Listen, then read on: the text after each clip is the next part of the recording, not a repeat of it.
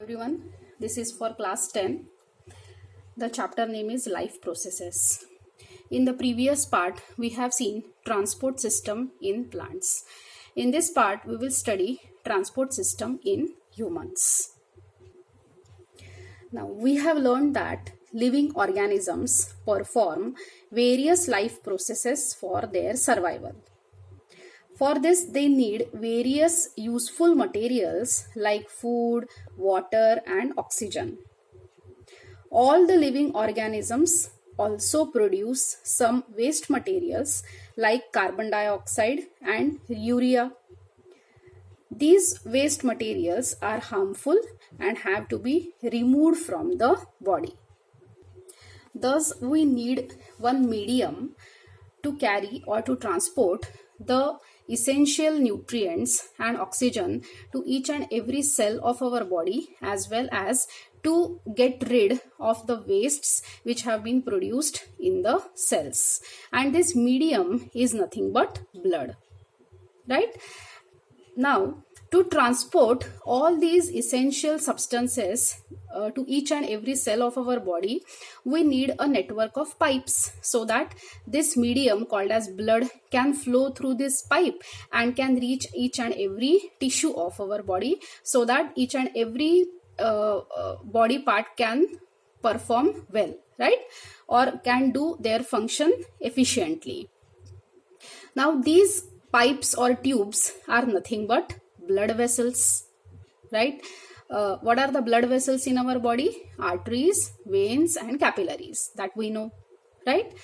Also, see, in the size of multicellular organisms is also large, right? So, to reach the blood to each and every cell of our body, we need a pumping mechanism also, right? So that this fluid called as blood can reach each and every cell of our body. So that pump, right, which is going to pump blood is nothing but heart, which is also called as pump of our body. So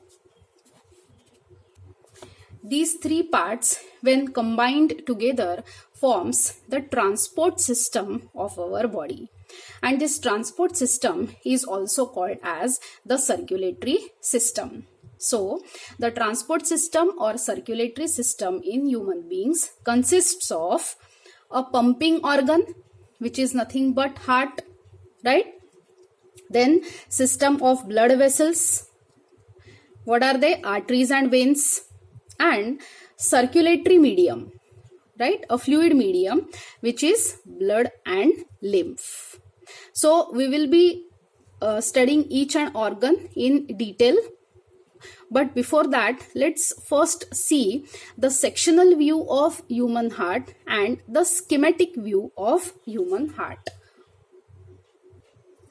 Okay, now let's first see the sectional view of the human heart.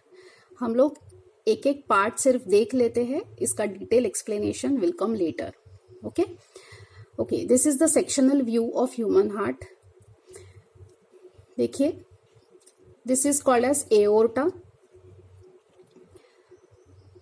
Pulmonary arteries, left और right में divide होती है pulmonary artery. Okay, so left and right में, इसलिए यहाँ पे दो divisions दिखाई दे रहे हैं.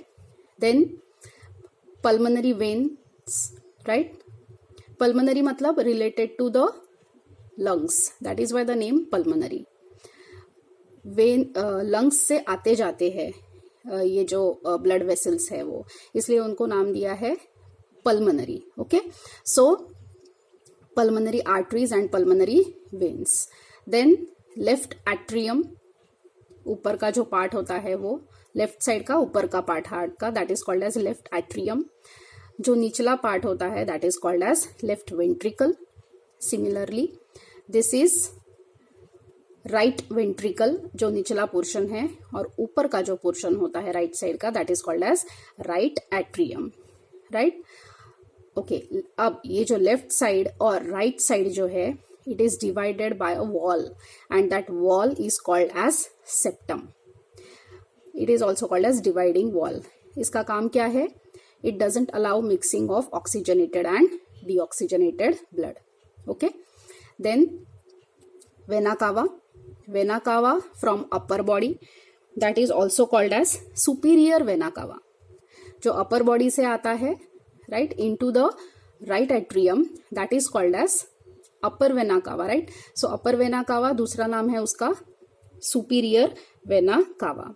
Similarly, vena cava from lower body, right? So other name for this vena cava from lower body is also called as inferior vena cava. तो इतने पार्ट्स हमें पता होने चाहिए, राइट? उसके बाद और एक चीज आप देख सकते हो कि यहाँ पे लेफ्ट एट्रियम और लेफ्ट वेंट्रिकल के बीच में यहाँ पे एक वॉल्व है, राइट? वो वॉल्व्स हम बाद में देखेंगे कि उनको क्या कहते हैं. देन जब लेफ्ट वेंट्रिकल से ब्लड एओर्टा में से बाहर निकलता है ऑक्सीजनेटेड ब्लड, राइट? तो यहाँ पे भी देखिए एक वॉल्व प्रेजेंट है, मतलब यहाँ पे एक वॉल्व प्रेजेंट है, यहाँ पे एक वॉल्व प्रेजेंट है.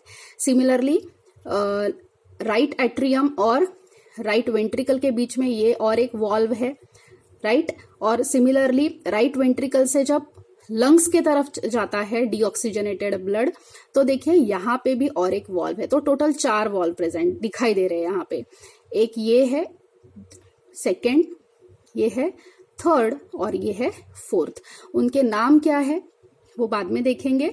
उनका फंक्शन मैं आपको बताती हूँ. फंक्शन है to prevent backward flow of blood.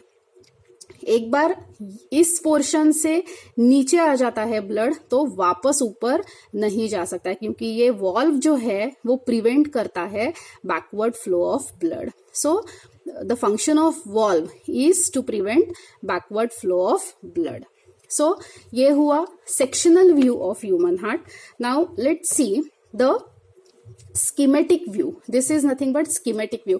Schematic view मतलब फ्लो चार्ट के फॉर्म में, so that it becomes very easy to understand. Okay, कि ब्लड एग्जैक्टली फ्लो कैसे होता है. तो यहाँ पे भी हम लोग देख सकते हैं, this is heart, okay. So and these are lungs, and ये जो इंडिकेशन है, this is nothing but our body parts, the blood which reach to our body part. Okay, so these are various body parts. तो सिर्फ representation है, actual body parts दिखाए नहीं है schematic diagram में.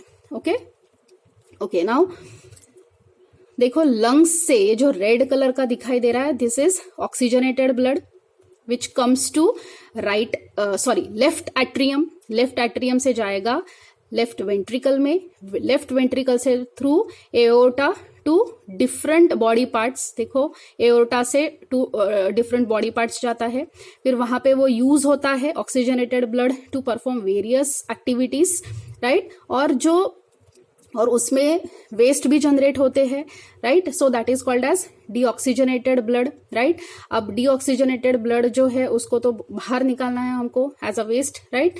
सो deoxygenated means what? It consists of carbon dioxide and other wastes which has to be removed. Okay, so mainly carbon dioxide होता है उसमें. So the blood which is rich in carbon dioxide, it reaches the right atrium. ठीक है, right atrium through vena cava जो लिखा है, through vena cava it reaches right atrium. From right atrium it goes to right ventricle, right? Right ventricle में से जाएगा वापस to the lungs. So through pulmonary artery it goes to lungs, and through pulmonary vein it comes to the heart. Okay, तो ये हुआ schematic representation.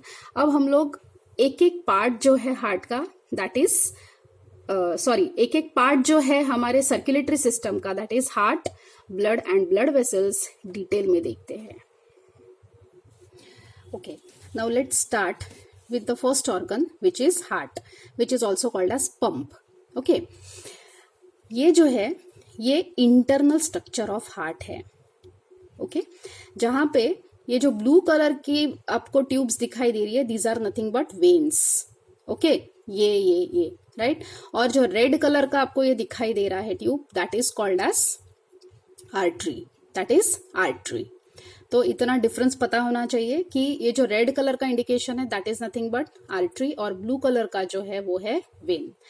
Now the heart is an organ which pumps blood to all the parts of our body through the blood vessels. कौन सी blood vessels? Arteries and veins, right? The heart works like a pump, working non-stop throughout our life.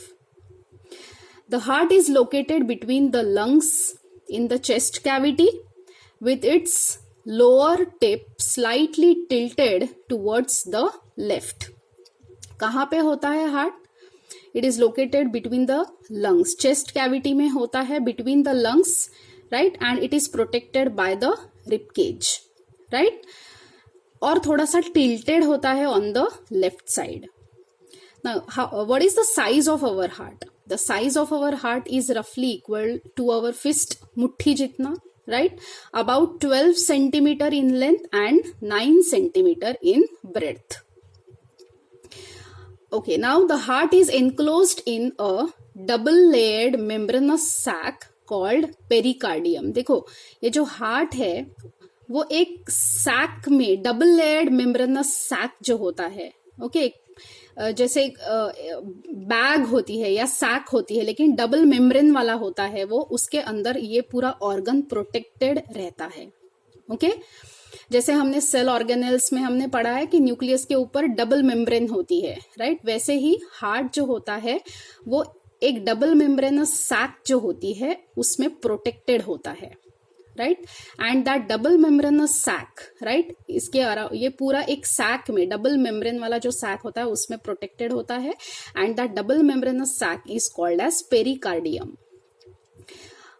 The heart has 4 compartments called chambers. हमारा जो heart होता है, human heart जो होता है, उसके 4 chambers होते हैं, right?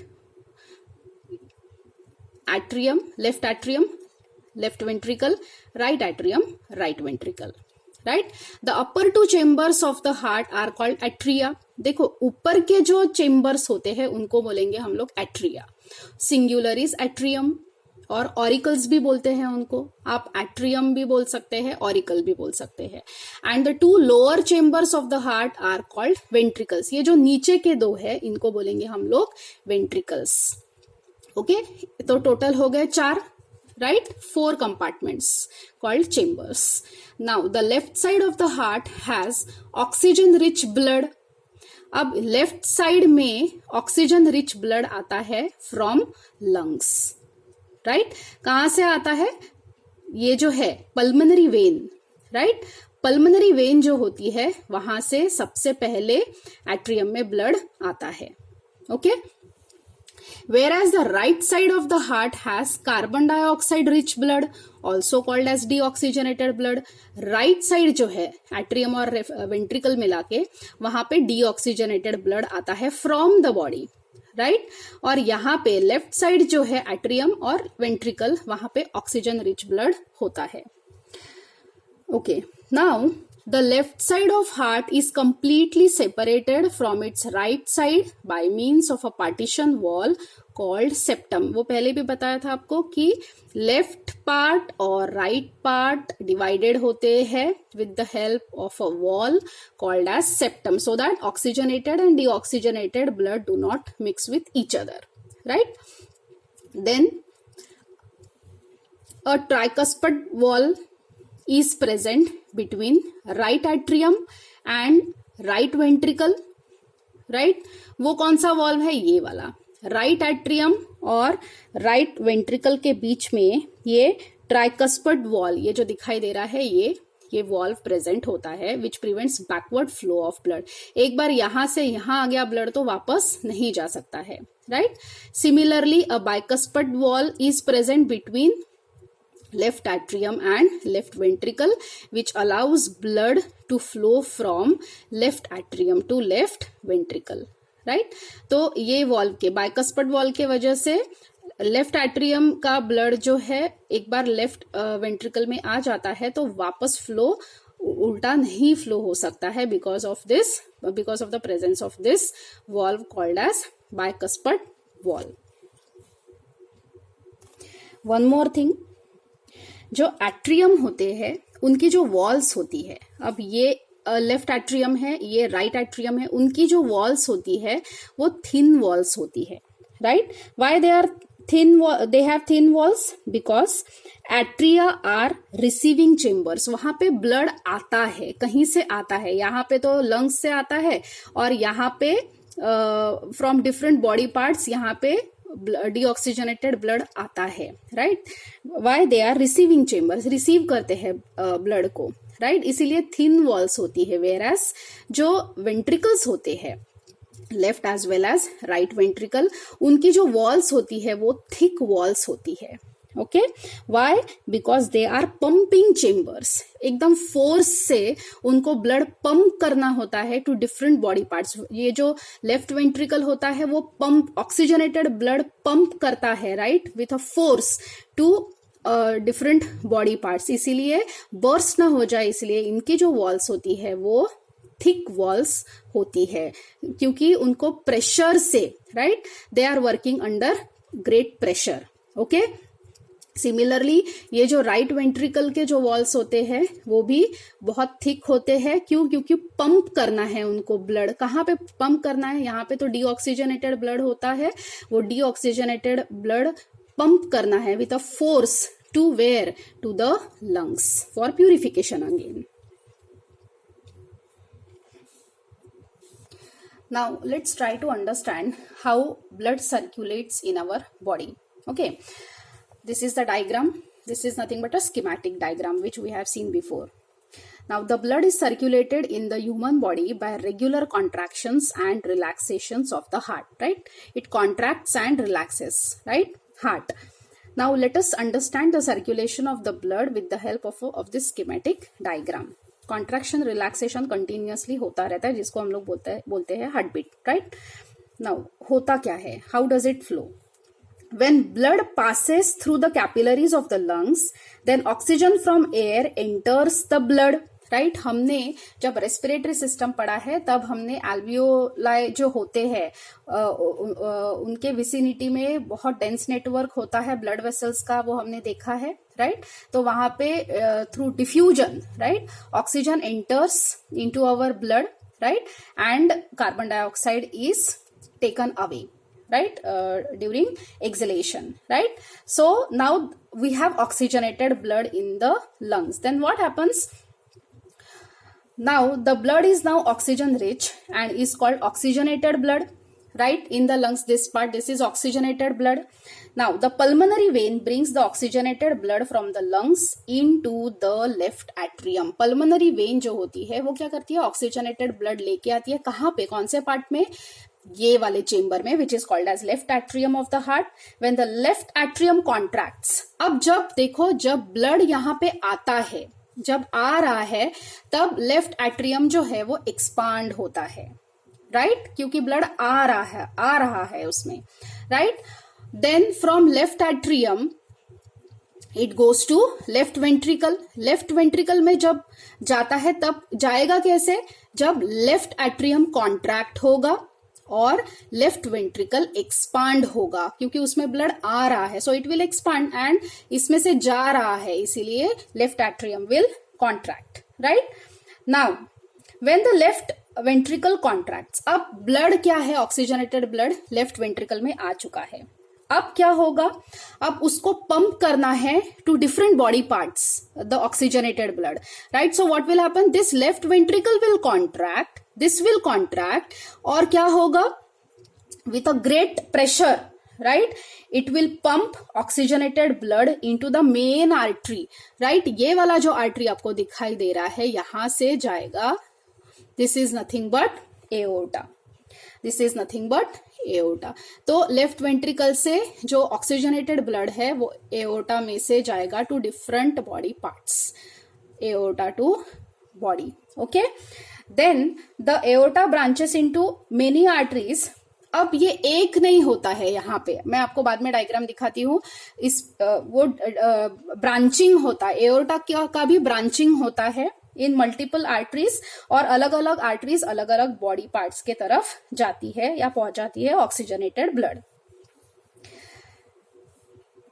Then when oxygenated blood from arteries passes through the capillaries of the body organs, देखिए यहाँ पे ये आर्टरी है, right?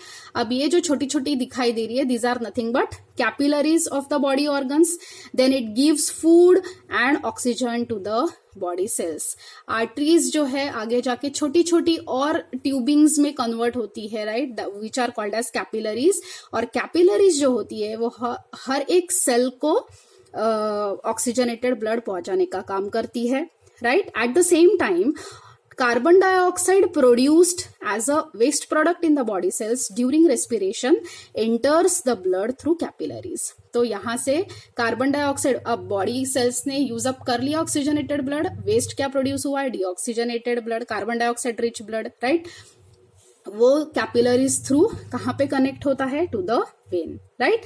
The deoxygenated blood collected from the body organ enters the, अब ये जो वेन है, राइट, ये कहां ले जाती है वो डीऑक्सीजनेटेड ब्लड को? To the right atrium, right? Through vena cava, right? Vena cava lower and upper, right? Lower and upper vena cava वो डायग्राम में हमने देखा है, right? Lower is called as inferior vena cava और जो ऊपर upper vena cava is called as superior vena कावा.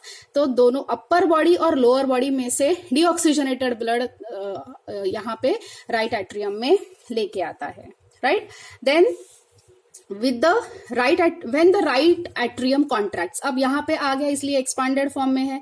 जब ये कॉन्ट्रैक्ट हो जाएगा, राइट, तो यहां से ब्लड यहां आ जाएगा तो ये एक्सपांड हो जाएगा, राइट, ऑब्वियसली. एंड देन फिर ये कॉन्ट्रैक्ट हो जाएगा राइट वेंट्रिकल, और with a pressure, with a great force, it will be transported to the deoxygenated blood is transported to the lungs. When the right ventricle contracts, the deoxygenated blood is pumped into the lungs through the pulmonary artery. So this is nothing but a pulmonary artery. In the lungs, deoxygenated blood gives out carbon dioxide.